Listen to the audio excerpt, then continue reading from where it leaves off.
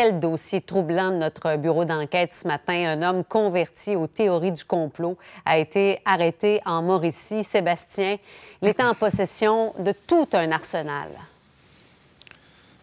Oui, ça se passe le 9 janvier dernier, quelques heures avant l'entrée en vigueur du premier couvre-feu. C'est aussi au lendemain des attaques contre le Capitole à Washington. Un homme de 45 ans, Martin Clermont, originaire de Louisville, qui est arrêté par la Sûreté du Québec à son domicile. On va même faire appel aux artificiers de la Sûreté du Québec pour intervenir. Ce qu'on découvre sur place, c'est un véritable arsenal de guerre.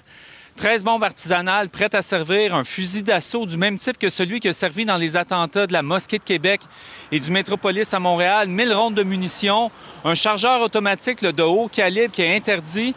Ce qu'on va apprendre sur son enquête en remise en liberté, c'est que c'est son frère, le frère de l'accusé, chez qui il réside, qui a porté plainte aux policiers, qui dit que son frère n'est pas dans son état normal, c'est un adepte des théories du complot, mais vraiment qui est embarqué dans une spirale avec l'arrivée de la COVID-19. Donc, il s'inquiète pour lui, porte plainte. L'homme va être remis en liberté, mais sous condition. On l'accuse de menaces contre sa famille, d'être en possession d'armes illégales, en possession d'explosifs. Évidemment, ici à Louisville, ça fait réagir. Je suis en compagnie du maire de Louisville, Yvon Deshaies. Monsieur Deshaies, comment on réagit ici ce matin? C'est bien sûr que c'est difficile ce matin à comprendre. Hein? Vous savez, M. Clermont, on s'est vu il y a quelques mois. Il avait un petit projet à me dire, puis il était content, très serein. Oui, je trouve ça dommage ce matin.